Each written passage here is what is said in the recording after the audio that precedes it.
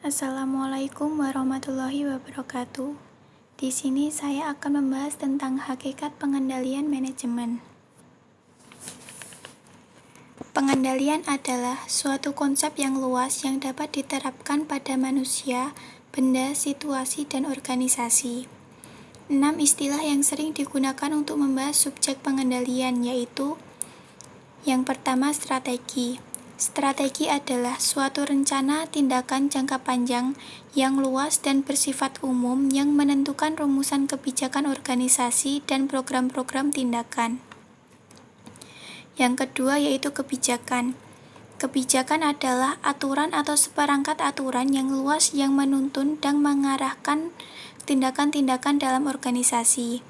Yang ketiga yaitu pemrograman. Pemrograman adalah pengembangan dan pemilihan seperangkat program yang akan dilaksanakan. Yang keempat, pengendalian.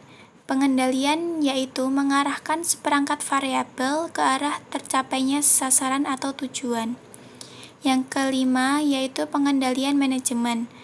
Pengendalian manajemen adalah semua metode, prosedur, dan siasat, termasuk sistem pengendalian manajemen yang digunakan oleh manajemen untuk menjamin bahwa pelaksanaan sesuai dengan strategi dan kebijakan organisasi.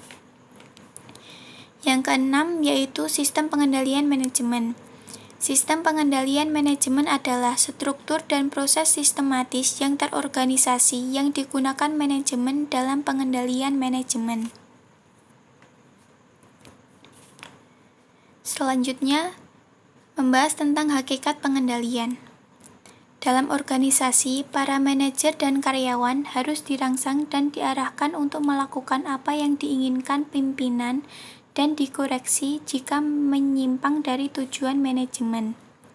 Jika manajemen kehilangan kendali atau kontrol, hal-hal yang tak diharapkan dapat terjadi atas banyak orang. Selanjutnya, pengantar situasi pengendalian. Dalam organisasi, manusia merupakan variabel yang harus diarahkan, dituntun, atau dirangsang untuk mencapai tujuan. Pihak yang melakukan pengarahan ini disebut manajemen. 4 komponen dalam sistem pengendalian yaitu: yang pertama, observer atau pengamat, detektor atau sensor, yaitu alat pengamatan yang mendeteksi dan menggambarkan kegiatan-kegiatan lain yang perlu dikendalikan. Yang kedua, evaluator, asesor atau selektor, yaitu alat untuk menilai hasil dari suatu kegiatan atau organisasi, biasanya dikaitkan dengan standar dan mengidentifikasikan keadaan atau kegiatan yang tak dapat dikuasai. Yang ketiga, direktor, modifier atau efektor, yaitu alat modifikasi perilaku untuk mengubah prestasi bila diperlukan. Dan yang terakhir, jaringan komunikasi, yaitu alat untuk menyebarluaskan informasi ke alat-alat lain. Selanjutnya, pengendalian dalam organisasi.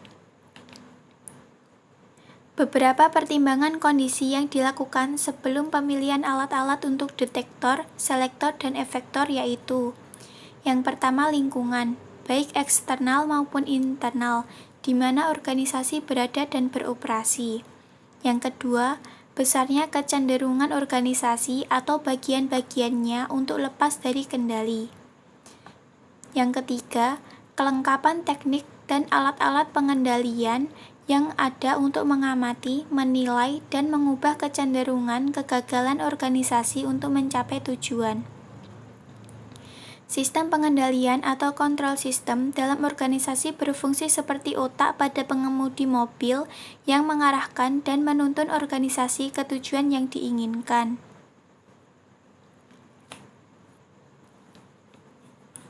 Selanjutnya, proses pengendalian, kontrol proses.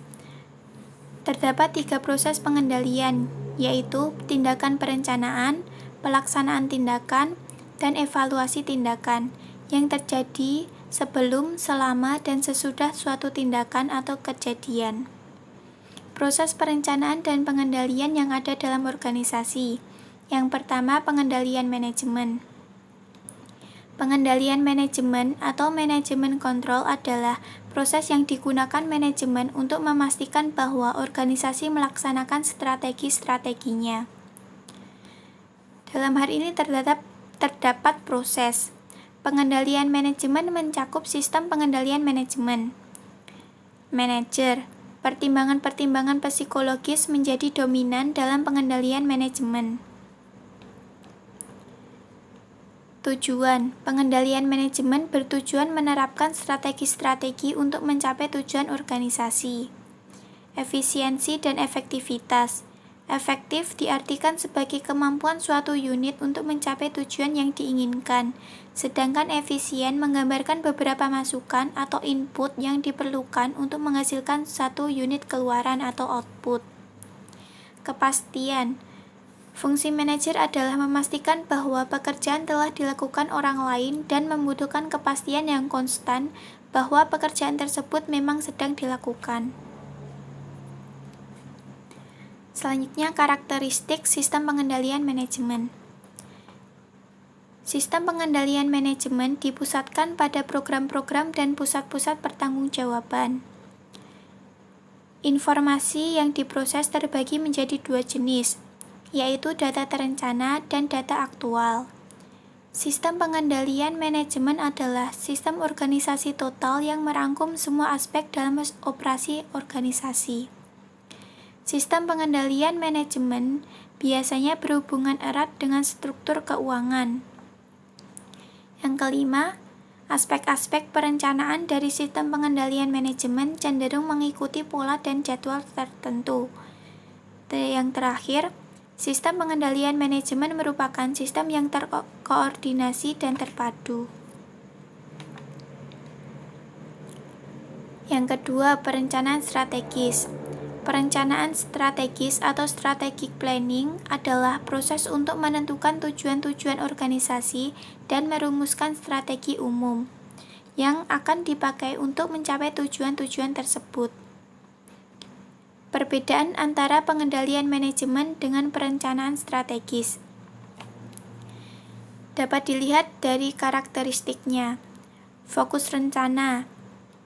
Perencanaan strategis satu aspek pada satu saat, sedangkan pengendalian manajemen seluruh organisasi. Kompleksitas. Perencanaan strategis banyak variabel, sedangkan pengendalian manajemen kurang kompleks. Komunikasi informasi. Perencanaan strategis relatif sederhana, pengendalian manajemen relatif sukar. Maksud. Perencanaan strategis menyatakan hasil yang diinginkan, sedangkan pengendalian manajemen mengarahkan kepada hasil yang diinginkan. Pejabat yang terutama terlibat. Perencanaan strategis, manajer senior dan staf, sedangkan dalam pengendalian manajemen, manajer senior dan lini. Jumlah orang yang terlibat. Perencanaan strategis sedikit, sedangkan dalam pengendalian manajemen banyak. Selanjutnya, pada aktivitas mental, perencanaan strategis kreatif analitis, sedangkan pengendalian manajemen administratif persuasif. Ilmu sumber, perencanaan strategis ekonomi, pengendalian manajemen psikologi sosial. Dalam perencanaan dan pengendalian, perencanaan strategis menggunakan perencanaan dominan, sedangkan pengendalian manajemen penekanan pada bermacam-macam perencanaan dan pengendalian. Cakupan waktu. Perencanaan strategis cenderung jangka panjang.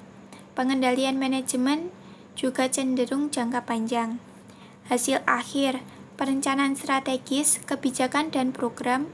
Pengendalian manajemen, tindakan-tindakan yang sesuai dengan kebijakan dan program. Terakhir, penilaian pekerjaan.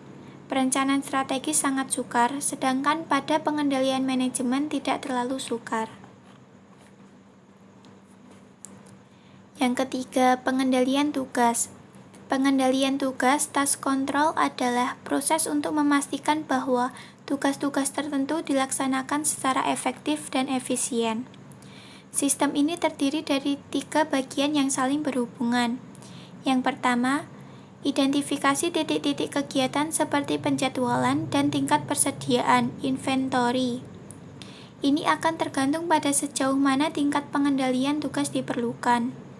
Yang kedua, pemilihan teknik-teknik pengendalian dan metode-metode yang sesuai bagi setiap titik kegiatan untuk mencegah atau memperbaiki penyimpangan dari rencana.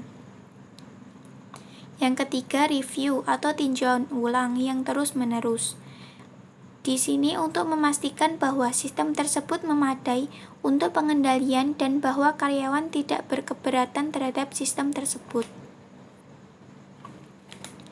Selanjutnya yaitu hubungan umum di antara fungsi-fungsi perencanaan dan pengendalian. Dalam aktivitas dan kegiatan, perencanaan strategis, hasil akhirnya yaitu tujuan sasaran kebijakan. Pengendalian manajemen hasil akhirnya yaitu penerapan strategi, sedangkan pengendalian tugas hasil akhirnya pelaksanaan tugas-tugas individual yang efektif dan efisien. Perbedaan antara pengendalian manajemen dengan pengendalian akuntansi internal. Secara tradisional, sistem pengendalian akuntansi menekankan pada tindakan pencegahan, sedangkan pengendalian manajemen lebih berorientasi positif. Perbedaan antara pengendalian tugas dengan pengendalian akuntansi internal.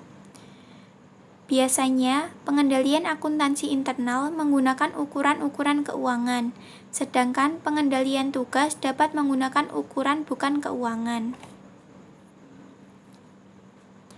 Selanjutnya yaitu proses-proses manajemen yang lain. Pembahasan mengenai pengendalian manajemen tidaklah berarti pembahasan mengenai seluruh proses manajemen dan tidak merupakan pembicaraan mengenai semua yang dilakukan manajemen. Selanjutnya yaitu tinjauan sistem pengendalian manajemen. Suatu sistem terdiri dari struktur atau desain hubungan antara komponen dan proses atau sekelompok kegiatan yang dilakukan sistem itu. Yang pertama yaitu struktur. Pusat pertanggungjawaban adalah unit organisasi yang dipimpin oleh seorang manajer yang bertanggung jawab. Pusat pertanggungjawaban dibedakan menurut tingkat besarnya masukan dan keluaran. Yang pertama, pada pusat biaya. Masukan diukur dalam bentuk biaya uang, tetapi keluaran tidak diukur dalam satuan uang. Manajer bertanggung jawab terutama dalam pengendalian biaya atau pengeluaran. Yang kedua, pada pusat pendapatan. Pendapatan diukur dalam satuan uang yang tidak dibandingkan dengan pengeluaran atau biaya. Manajer unit terutama bertanggung jawab terhadap maksimisasi pendapatan. Yang ketiga, pada pusat laba. Pendapatan dan biaya yang dikeluarkan untuk menghasilkan pendapatan tersebut diukur dan diperbandingkan. Manajer unit bertanggung jawab dalam menghitung laba. Dan yang keempat, pada pusat investasi. Laba dan investasi diukur kemudian dibandingkan.